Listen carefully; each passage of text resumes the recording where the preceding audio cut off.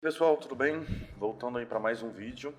Fiquei um tempinho ausente, queria pedir desculpa, mas muita coisa acumulada, muito projeto tocando aí ao mesmo tempo, acabou que eu não dei conta. E antes de começar a correção de hoje, eu queria agradecer primeiramente alguns usuários aqui que têm ajudado bastante lá no projeto, contribuindo com muita coisa mesmo, que é a Dualina, o Felipe082, a Esther RX, Esther, não sei como é que fala, a Isa2525, Isa1, a Lunayara 2, o J Pedroca, a Andressa 125, o Leonardo 941, o Di 10M, deve ser 10 metros, não sei, e a Elisamar. Gente, muito obrigado mesmo pela contribuição real. Eu não sei se para vocês aí o projeto tá fazendo diferença. Espero que esteja, principalmente no fato de vocês estarem corrigindo, né, os textos. Eu sempre falo para todo mundo que estuda redação que a melhor forma de aprender a escrever é corrigindo. Isso é real. E para essas pessoas eu sorteio 3 correções dirigidas, né, que são essas correções que eu faço aqui no canal. Então se você está vendo esse vídeo aqui e quer participar também, é só você acessar o link que está aí na descrição do vídeo, envia seu texto, comenta nas outras redações e todo domingo vão ser sorteadas aí 3 correções dirigidas para essas pessoas que mais participarem. Vamos lá. O tema de hoje é o combate ao uso indiscriminado das tecnologias digitais de informação por crianças. Excesso. Ao longo de décadas, o homem tem desenvolvido meios tecnológicos para facilitar o cotidiano do mesmo. Bom, facilitar, né, aqui, e mais uma vez aqui o mesmo, né? Mesmo não pode ser usado como pronome pessoal, mas vamos lá. Esses meios disponibilizam de informação, notícias, comunicação e entretenimento para todas as idades. Apesar disso, o uso excessivo desse recurso por crianças pode desencadear problemas à saúde. Devido aos problemas, impor regras e limites ao público infanto-juvenil e juvenil são importantes. Bem, um errinho aqui no juvenil, problema aqui se repetindo, né, desnecessariamente. Mais uma vez, mais uma repetição aqui, meios.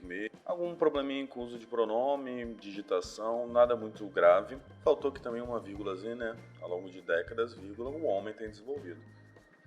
Mas vamos lá. Bom, é isso, as considerações a respeito do parágrafo foram essas.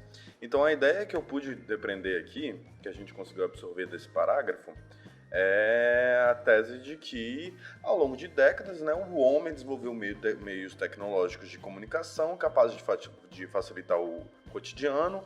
Lembrando que aqui eu achei desnecessário, né, porque informação, notícia e entretenimento, todas pertencem ao mesmo núcleo, né, todas possuem o mesmo núcleo, que é o núcleo da comunicação. Então, aqui demonstra um pouquinho de falha na relação do argumento, ou seja, não domina o assunto que está falando. Cuidado quando a gente quer demonstrar muito conhecimento, que às vezes a gente pode acabar sendo prolixo, né?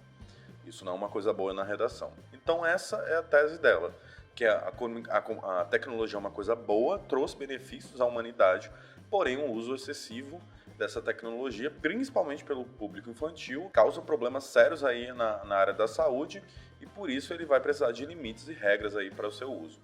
Essa é uma tese bem forte, é uma tese de senso comum, mas também não tem muito para onde correr não. Não tem problema aqui não, para mim está perfeito. Vamos lá para o segundo parágrafo de desenvolvimento.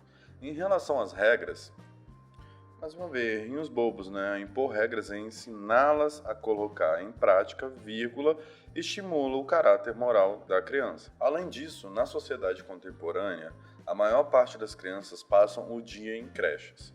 Isto é, restando pouco tempo de efetividade familiar. O que seria efetividade familiar?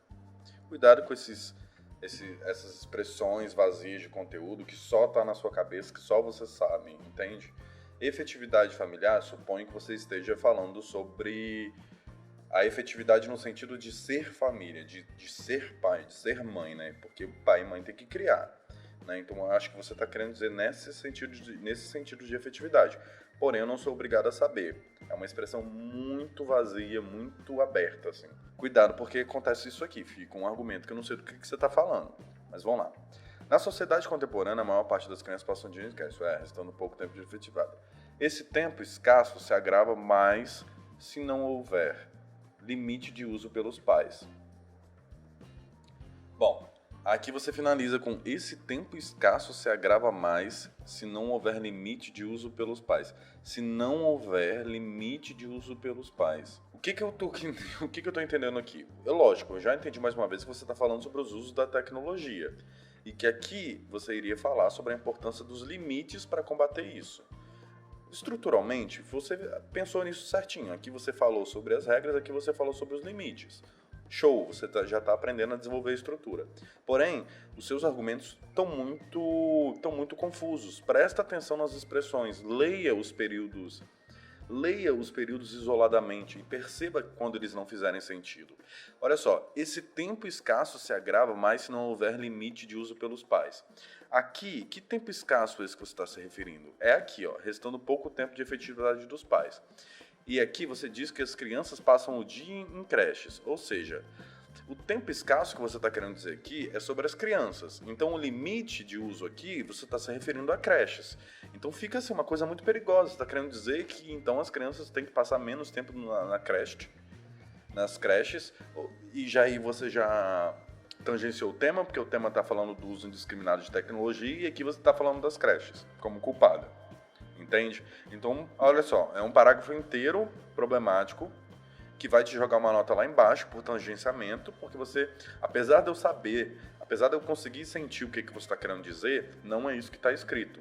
Então, leia os seus períodos construídos isoladamente. Assim, sua estrutura está muito boa, mas você ainda está pecando na sua linha de argumento. Então, leia e vê se faz sentido para você, saca?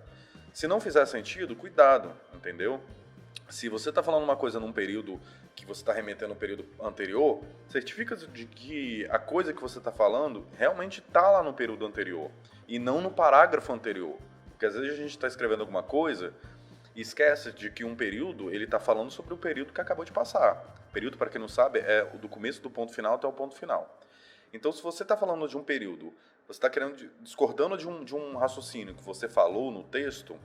Então, e esse raciocínio está lá na introdução, vamos supor que você esteja escrevendo um artigo, você vai falar, conforme supracitado, você vai usar artifícios assim, para dizer que você já citou no texto. Quando você usa esse tipo de estrutura, esse tempo escasso se agrava, é lógico que eu vou entender que você está falando do período que acabou de passar. Então, cuidado.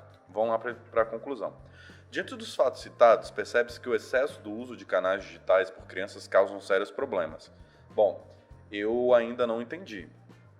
Não sei se você conseguiu compreender pela sua própria conclusão de que no texto você não falou, né?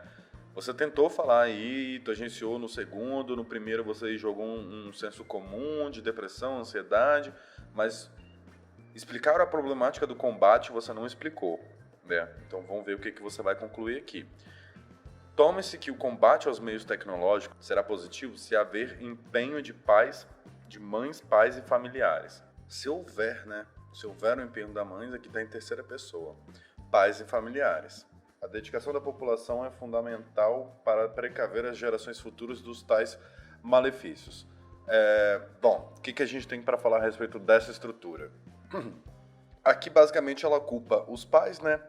No autor do texto, lógico, né? O bebê é a criança, não tem muito o que culpar, não. A culpa geralmente é sempre dos pais. O que acontece é que a pessoa que escreveu esse texto, ela não se atentou ao tema, mais uma vez. O tema está perguntando sobre a problemática do combate.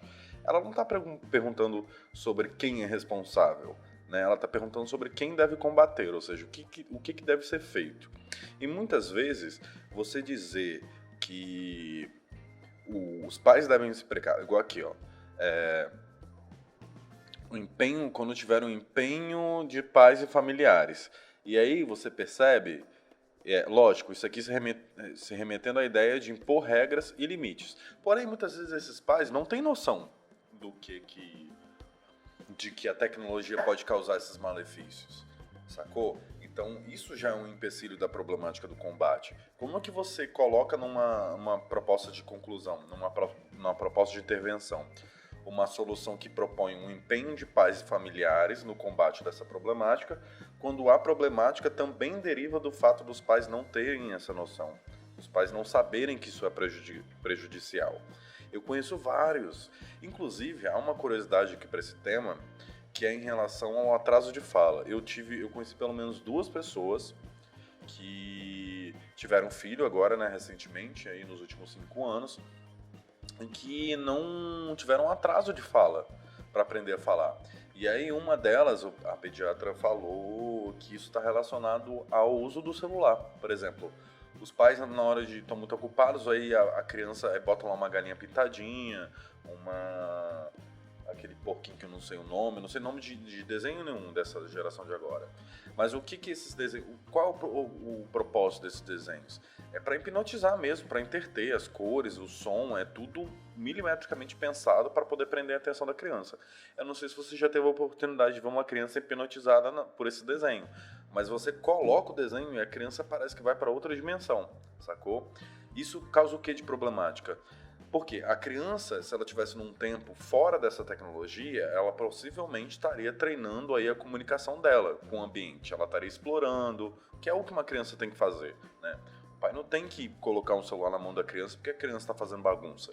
A criança precisa fazer bagunça, ela precisa explorar o ambiente, ela precisa se comunicar, tá ligado? Ela precisa interagir. Se você limita essa interação da criança, você vai criar um indivíduo sem capacidade comunicativa. E é isso que está acontecendo. Eu acho que esse é o problema número 1 quando a gente está falando sobre esse assunto. É o atraso no desenvolvimento cognitivo e racional da criança. Principalmente na área de comunicação. Sacou? Eu tenho, por exemplo, o sobrinho da minha amiga tá com 5 anos, ele não consegue falar direito ainda. E eu já falei 500 vezes sobre esse problema com ela. Enfim, os pais trabalham muito, não tem o que fazer, sacou? Então, não é uma problemática tão simples assim. Ah, os pais têm que pôr limites. A gente tem que entender o que está acontecendo com as famílias atuais, né? As famílias contemporâneas.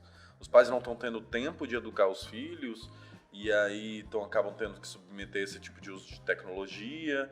Foque no que o tema está perguntando para você, circule as palavras-chave, perceba o comando das palavras, combate ao uso indiscriminado, ou seja, fale sobre a problemática do combate, né?